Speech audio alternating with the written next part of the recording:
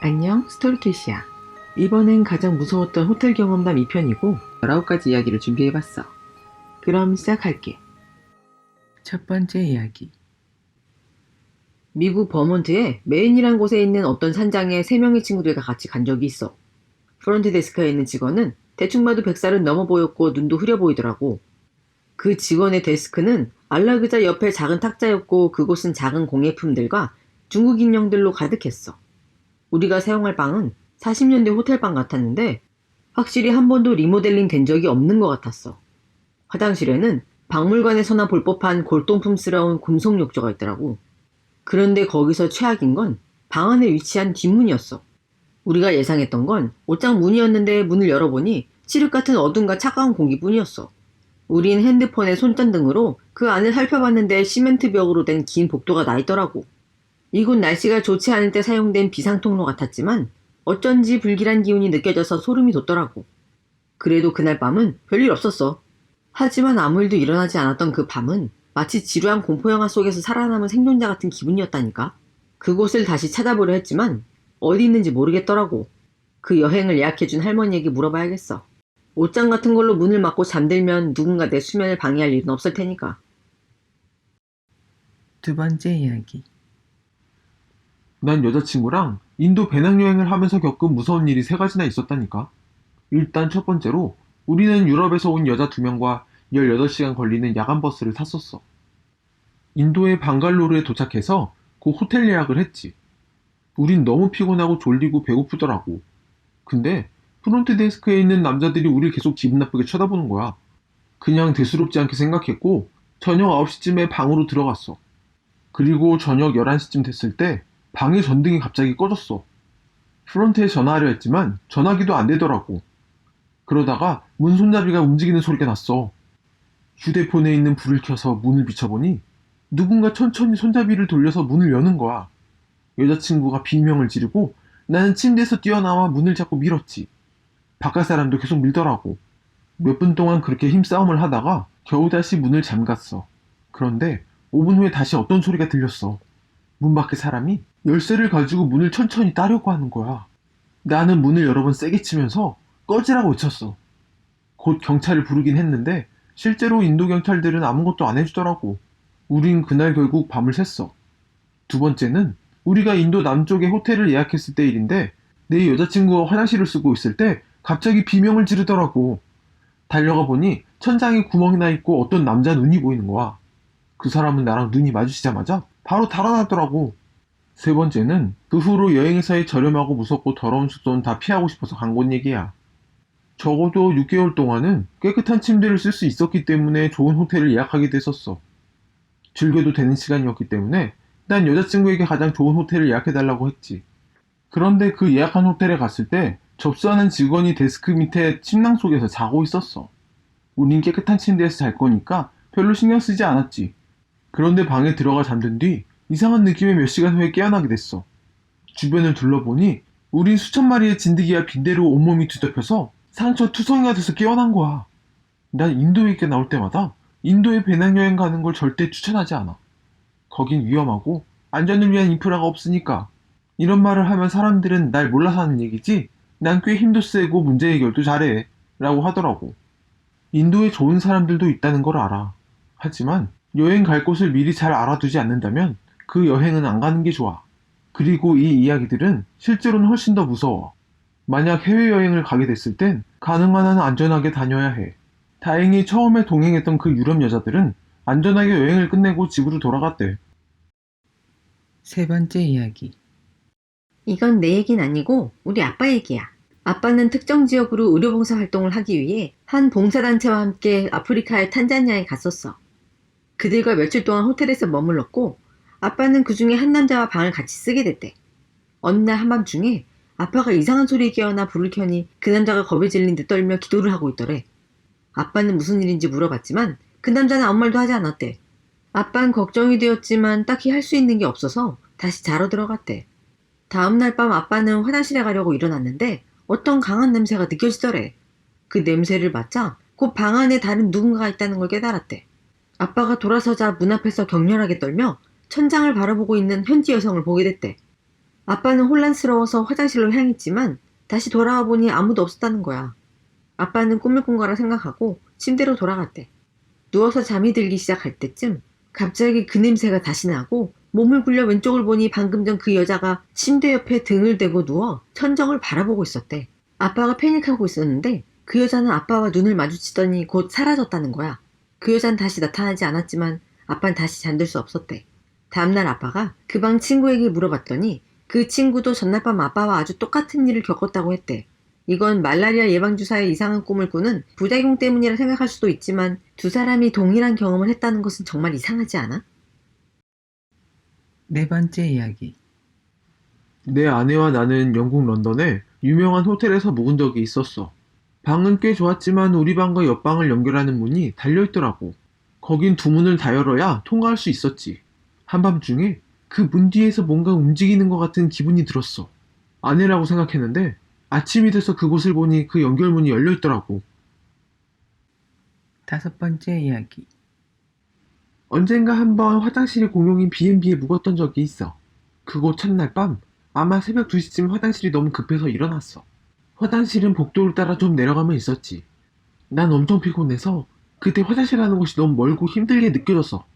겨우 화장실에 도착해서 문을 열었는데 어떤 남자가 화장실 안에 있는 거야. 그는 피에로 같은 마약 의상을 입고 있었고 얼굴에 페인트 칠까지 되어 있었어. 그는 바닥에 앉아 있었는데 바지는 그대로 입고 있었어. 나는 그를 잠깐 바라보았는데 그는 나에게 웃으면서 손을 흔들었고 슬그머니 날 밀기 시작했어. 거기서 나는 정신 차리고 미친 듯이 뛰어서 방으로 올라와서 문을 잠그고 급한 건 병에다 해결했어. 내가 너무 피곤했었기 때문에 현실인지 헛걸 본 건지 아직도 모르겠어. 진짜 내가 본 것들 중에서 제일 이상한 경험이었어. 아마 이상하게 TV쇼라면 일본 TV에서 방영되었을 것 같아. 너의 당황하는 모습에 여러 연예인들의 반응을 합성해서 말이야. 여섯 번째 이야기. 믿기 힘들겠지만 미국 엘라바마주 버밍엄에 있는 하얏트 호텔에 머물렀을 때의 일이었어. 밤 2시쯤에 갑자기 남자의 날카로운 비명소리가 들렸어. 누굴 불러야 하나 싶었지만 꿈인가도 싶어서 그냥 잠들었지. 그 다음날 밤엔 내 방에 누군가 있는 듯한 소름 끼치는 기분이 들었어. 돌아보니 에어컨 실외기 위에 나이 든 노인이 앉아서 멀리 바라보며 담배를 피고 있더라고. 나는 몇 초 동안 그를 바라보다가 그와 눈이 마주쳤고 바로 도망갈 준비를 하고 침대에서 일어났어. 그런데 거긴 아무도 없었어. 나는 루시드 드림 같은 걸 꾸진 않지만 가끔 아주 선명한 꿈을 꾸는데 그 노인은 그렇게 선명하지도 않았어. 그 노인의 모습을 자세히 기억하지만 다시는 그 노인을 만나지 못했지. 일곱 번째 이야기. 내 여자친구는 광고 프로듀서였고 그녀는 종종 남미 아르헨티나로 광고 촬영을 위해 여행을 갔었어. 어느 날 밤 새벽 3시에 이상한 느낌에 눈을 떴는데 호텔 직원이 침대 앞에 서서 자신을 내려다보고 있는 걸 발견했어. CCTV를 확인해보니 그 직원은 3일 전부터 계속 몇 시간씩 밤마다 거기 그러고 서 있었다고 하더라고. 여덟 번째 이야기. 난 2000년대 초반에 내가 18살 되는 해부터 해외에서 근무했어. 난 체코공화국의 한 꼭대기에 있는 작은 호텔에서 일했는데 호텔에서는 일하고 싶은 만큼 그곳에 머무르라고 했지. 주변은 진짜 산밖에 없었고 밤에는 늑대의 울음소리가 들리곤 했어. 거기 관리인은 매우 격식을 차리는 코스염 신사였는데 우린 서로 대화를 한 적은 없었어. 어느 날 밤 난 근무 시간에 레스토랑에 혼자 앉아 있었는데 그 코스염 관리인이 나에게 다가와서 숲속으로 산책을 가자고 하는 거야. 이 밤에 산책을 나가? 숲속으로? 왜? 여기를 벗어나면 불빛이 없는 암흑뿐인 산길이야. 너무 무섭잖아. 왜인진 모르겠지만 그 남자는 날 그런 숲으로 데려가려는 거야. 내가 정중히 거절하니 그는 더 진심으로 날 꼬시더라고. 왜 나와 숲으로 가려 하냐고 물어보니 그는 안 될 게 뭐 있어. 재미있을 거야. 라고 대답하더라. 그는 자신이 이 지역을 잘한다고 주장했고 난 이상하게 절박해졌어. 여러 번 거절하고 나서야 그는 떠났고 겨우 이곳을 빠져나와서 내 방으로 들어갈 수 있었어. 기분이 너무 이상했지. 그런데 그날 밤 이후로 난 그를 다시는 보지 못했어. 완전 무서운 얘기는 아니지만 꽤 소름 끼치는 일이라고 생각해. 아홉 번째 이야기. 몇 년 전 미국에서 로드트립을 끝내고 렌트한 밴을 반납한 뒤에 집으로 돌아가기 전날 밤이었어. 한 모텔에 체크인하고 모든 소지품을 방으로 옮겨 가방을 제대로 챙길 수 있도록 책상 위에 모든 것을 놓고 즉시 잠이 들었어. 다음날 아침에 일어났는데 내 베개 옆에 벤에서 쓰던 찻주전자가 있더라고. 난 그걸 호텔방에 가져온 적도 없고 다른 물건들은 그대로 있었던 것 같았어. 진짜 소름 끼치고 무서웠지만 나는 여전히 어떻게 그런 일이 벌어졌는지 알아내지 못했어. 10번째 이야기. 휴가 중에 한 호텔에 묵었고 그때까진 모든 게 순조로웠어. 그런데 어느 날 밤 덜컥거리는 문손잡이 소리에 잠에서 깼어. 왜 이런 일은 꼭 밤에 잘 때만 일어나는지 원. 난 가능한 한 빨리 침대에서 일어났는데 갑자기 소리가 멈추었어. 호텔 매니저에게 물어보니 그 소리를 낸 남자는 여기 호텔의 투숙객인데 얼마 전에 정신병원에서 퇴원해서 그런 것 같다고 하더라고. 그는 목류병이 있고 정신과 약도 먹지 않아서 밤마다 호텔 안을 돌아다니며 방 여기저기를 두드리고 다닌대. 그런데 그 환자의 가족은 매우 부유해서 이 호텔을 폐업시킬 수도 있는 재력가 집안이라나? 나는 일주일 뒤에 거길 떠났어. 그의 상태가 점점 심해졌거든. 11번째 이야기. 미국 발티모어의 한 호텔에서 묵었을 때의 일이야. 예약할 때 본 사진이랑 전혀 다른 호텔이었지. 옆에는 폐업한 모텔도 있었는데 계속해서 매춘부들이 몰려들더라고. 그리고 노숙자들은 넘쳐나지만 봉사자 한 명 없는 노숙자 보호소도 있었어. 내 방은 누린내가 나고 침대엔 담배 자국들과 피얼룩들, 그리고 사람을 무서워하지 않는 쥐들이 돌아다녔어. 프런트 데스크에 가니까 직원은 나에게 쥐약을 줬어. 이걸 뿌려봐. 쥐들이 죽을 거야. 라고 말했지. 다음날 아침 나는 던킨 도너츠를 발견했어. 근데 그 던킨 주차장에서 한 여자가 소변을 보면서 약을 하는 친구들과 대화를 나누고 있었어. 정말 최악의 장소였지. 여기 있으면 언제든지 칼에 찔릴 수도 있겠다는 생각이 들어. 12번째 이야기. 청소년 시절에 나는 이스라엘 텔 아비브의 유스 호스텔에서 묵었었어. 한밤중에 잠에서 살짝 깼었는데 누군가가 괜찮아, 걱정 말고 다시 잠들어 라고 말했어. 그때 나는 잠에 취한 채 완전히 깨지 못해서 비몽사몽한 상태였지. 다시 잠이 들고 아침에 일어나니 내가 지갑을 도둑 맞았더라고. 사실 난 누군가 나에게 다시 잠들어 라고 말했을 때 지갑을 도둑 맞는 것보다 더 나쁜 걸 예상하긴 했었어. 13번째 이야기. 최근에 나는 아내와 뉴욕에 머물렀었어. 거기 호텔에서 지내는 동안에 몇 가지 일들이 있었지.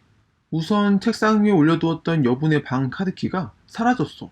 우리는 방안을 전부 뒤집어서 확인했지만 결국 그것을 찾지 못했어. 그리고 금고는 작동이 무작위로 멈추더라고.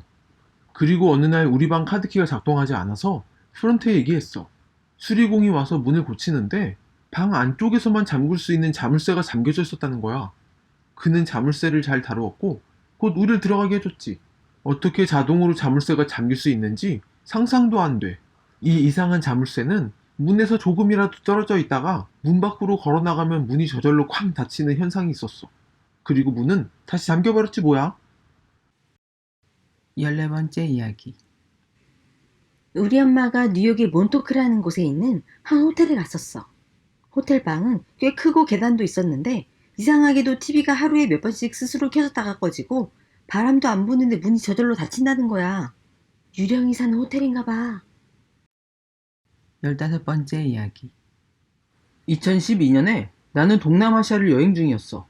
내 여행 친구와 캄보디아에 있는 게스트하우스 같은 곳에서 묵고 있었지. 한밤중에 우리 둘 다 문손잡이가 흔들리는 소리에 깼어. 그리고 문이 열리는 거야. 내 친구가 혼란스러운 목소리로 "씨발 뭐야?" 라고 하니까 그 사람은 놀라서 도망갔어. 우린 이거 실화냐고 말하며 서로 멍하니 쳐다보고 있었어.